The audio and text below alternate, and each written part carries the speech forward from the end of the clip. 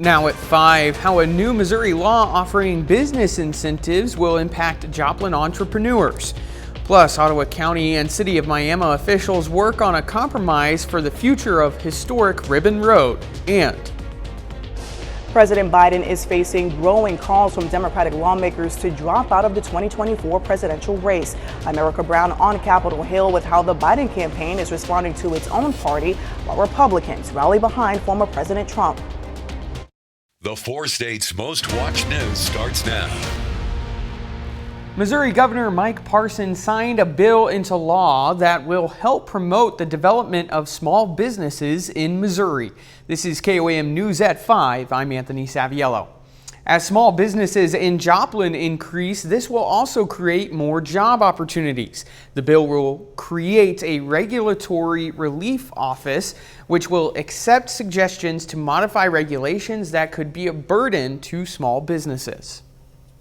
When you're starting a business, you're focused on building your clientele, getting your customers and revenue going. So you want to focus on the thing that you're wanting to do for the business, not worrying about meeting government requirements or some kind of paperwork burdens.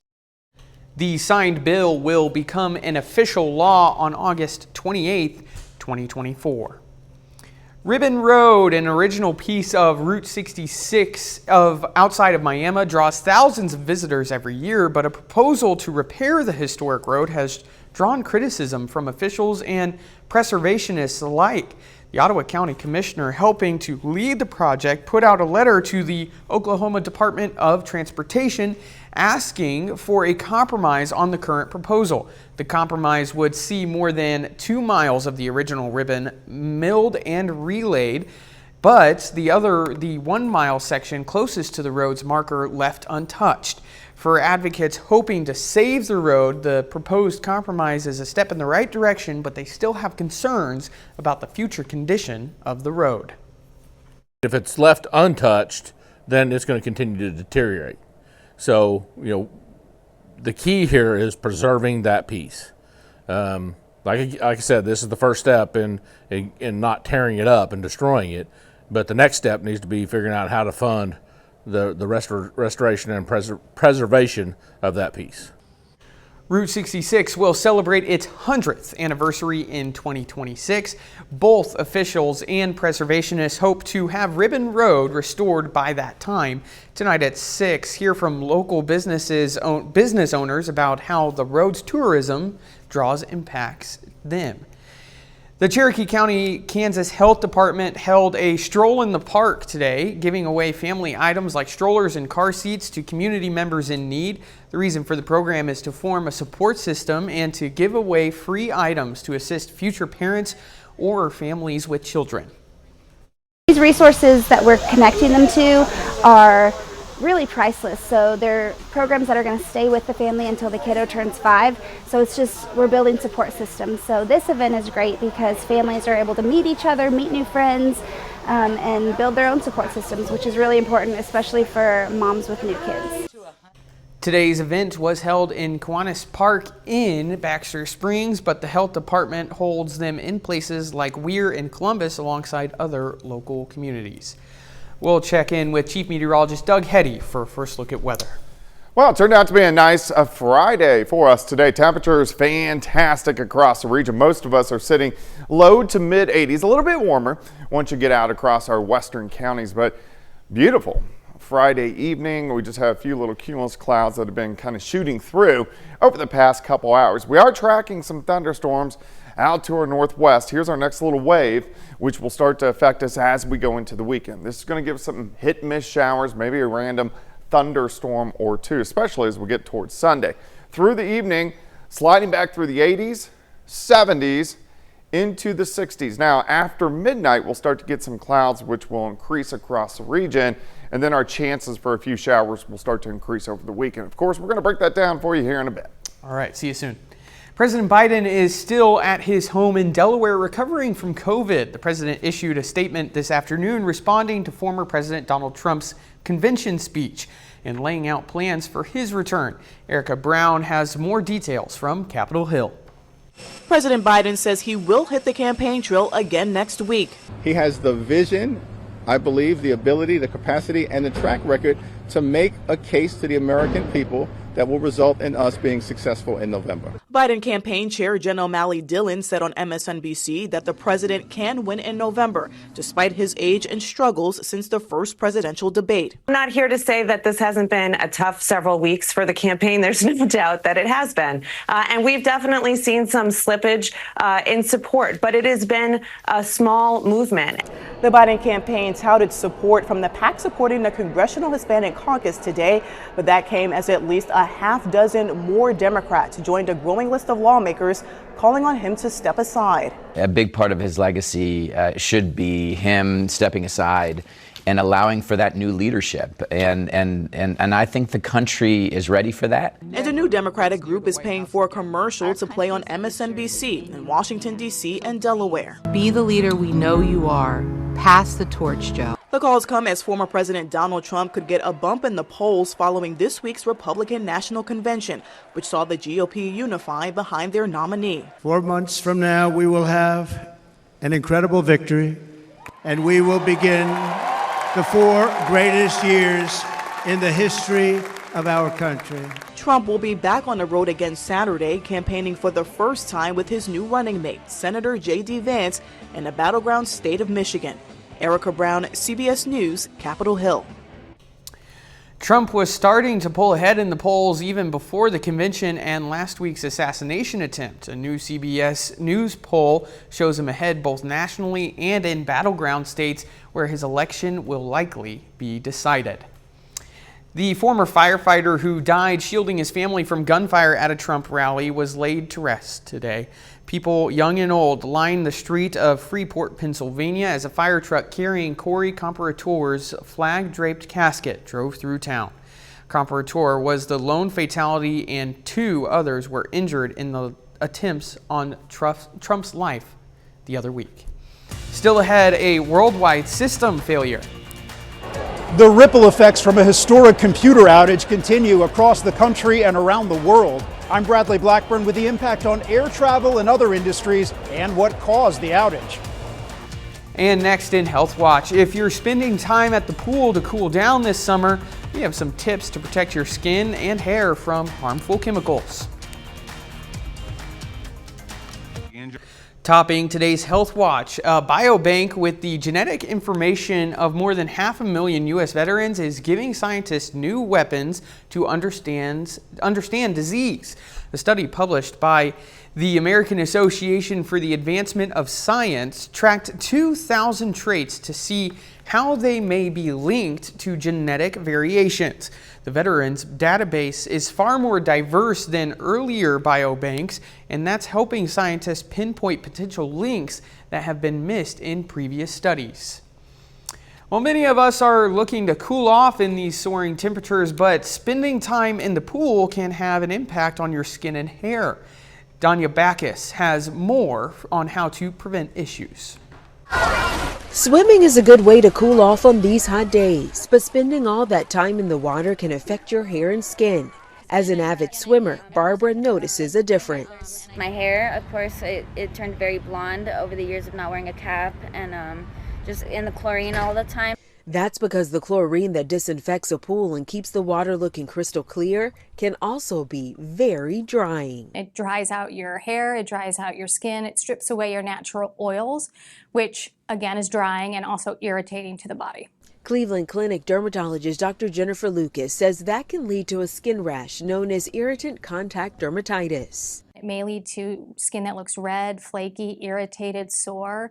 And really the way to combat that is, again, to give yourself back that moisture. Put on a product that gives you back the oils that have been stripped from you. If it's really irritating, you can also use some hydrocortisone cream. But there are some things you can do to prevent the effects, like get your hair and skin wet before you get in the pool. So that it doesn't absorb the pool water, but instead absorb that more fresh water, can also help minimize that irritation and dryness. Be sure to rinse off as soon as you get out of the pool as well to get the chemicals off the body. Barbara does what she can to protect her skin and hair. Putting that care into yourself, especially when you're getting into the water, is extremely important. Dr. Lucas says don't forget your sunscreen, which protects from the sun's harmful rays and also keeps skin moisturized and acts as a barrier against the chemicals in the pool. Danya Backus, CBS News, Los Angeles. Salt water can also be drying, but because it's not a chemical, it's less irritating on the body.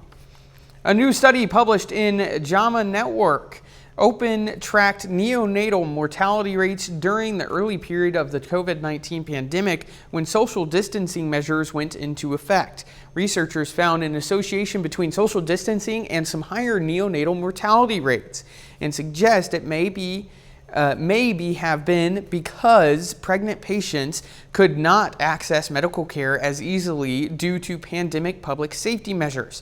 They say it's important to consider the ripple effects of broad behavior changes during a pandemic. That's a look at today's health news. A little later, why your ad-free Netflix plan will soon be going up in price. Plus, the nice temperatures stick around, but some weekend rain chances. We're going to look at that coming up.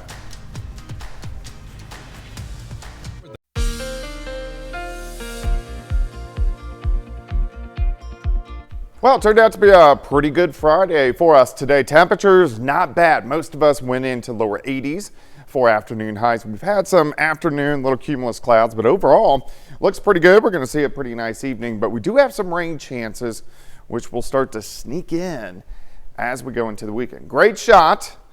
Indigo Sky Casino and Resort, of course. Indigo is just outside of Seneca, Missouri. All right, 83 in Nevada.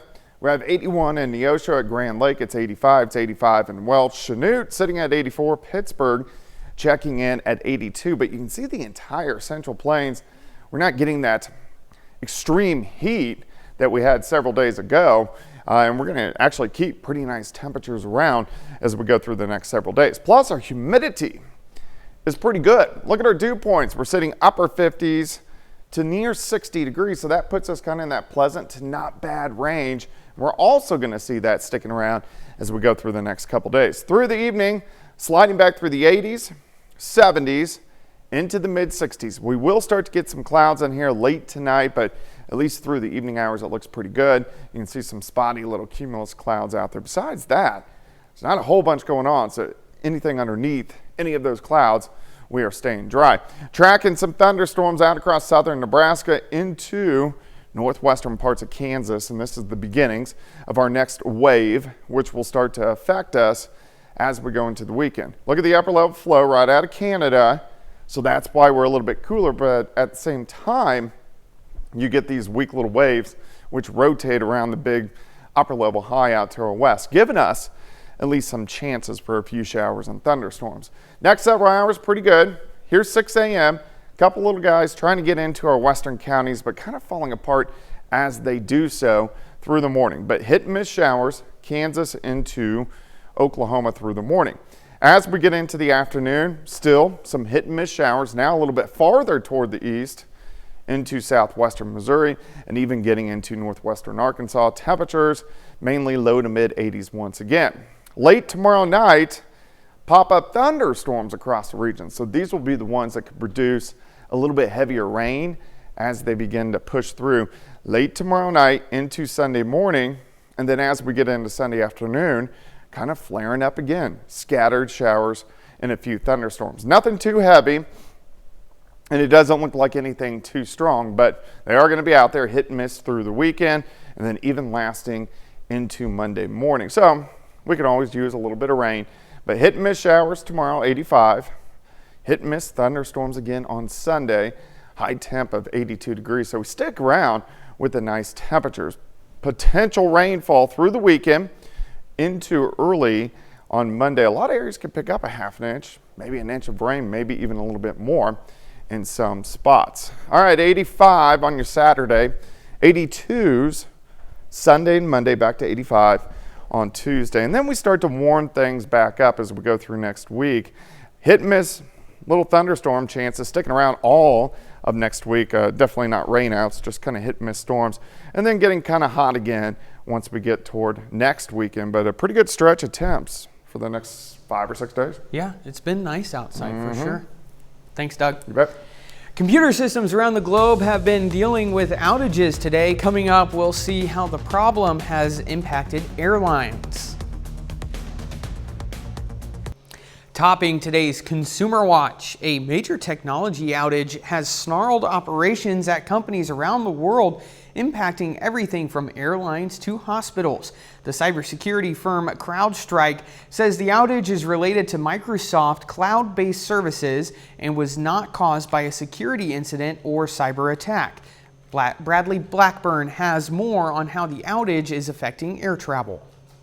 At New York's LaGuardia Airport. So if you're here and you're going on the 3290 to Atlanta, make your way to the gate. Airlines use megaphones to inform travelers about departing flights after the arrivals and departures boards went black. It looks like a scene from Gladiator. There's just a million people around and it's kind of overwhelming, but we're taking it in stride. The cyber outage left airlines around the world without access to check-in and boarding services, resulting in thousands of canceled or delayed flights. We're on standby, so we're just waiting. The cybersecurity firm CrowdStrike says the outage was caused by a faulty update to computers running Microsoft Windows. We identified this very quickly and rolled back this particular content file. Obviously, many organizations are impacted. Planes are gradually getting off the ground, but the FAA warns flights across the country could be impacted through the weekend. We are in an unprecedented situation. Some government operations, healthcare facilities, and small businesses were also impacted. But the New York Stock Exchange opened without a hitch. This is one of the first times that we can almost celebrate that this was not a threat actor. This wasn't somebody who hacked CrowdStrike. This isn't your computer getting hacked. This is an engineering mistake. And despite a delay in their travel plans, we made friends in there, a whole group of friends from all different places, flying on different airlines. These travelers stuck in Las Vegas are making the most of their situation. Bradley Blackburn, CBS News, New York. The president has been briefed on the CrowdStrike outage, and his team is in touch with CrowdStrike and impacted entities. This year's Amazon Prime Day event hit record numbers. Between July 16th and 17th, shoppers spent $14.2 billion during the online sale event. According to Adobe Analytics, that's an 11% boost in sales from last year. Back to school supplies, TV electronics, and some kitchen appliances were top sellers. Netflix is getting rid of its cheapest ad-free plan in the U.S. The basic plan sat at a price of $11.99 a month. Netflix says those who want an ad-free viewing experience will now have two choices: the standard plan, which is $15.49 a month, or its premium plan at $22.99 a month. The streaming platform said it expects the number of new subscribers to slow down in the third quarter. Final check of the forecast next.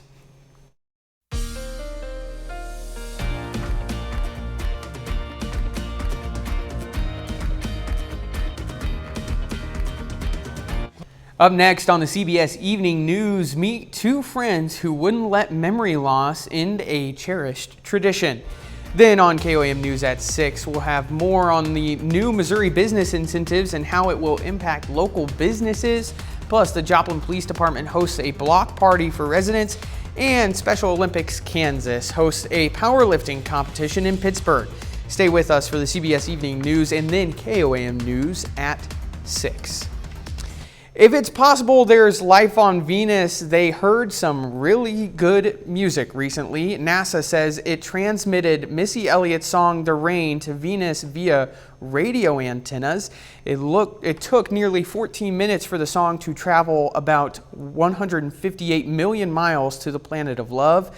Elliott posted to social media about the feat, saying, quote, "The sky is not the limit, it's just the beginning." The artist plays with space iconography in her work often, something NASA nodded to in the statement about the transmission. Well, speaking of rain, we may have some rain chances. Yeah, a little bit, a few random showers for us tomorrow, but a little bit better chances for some rain tomorrow night and then heading into Sunday. Temperatures, though, pretty good. Absolutely. Well, thanks for joining us. The CBS Evening News is next. Of course, we'll be right back here at 6. From all of us here at KOAM, have a great evening.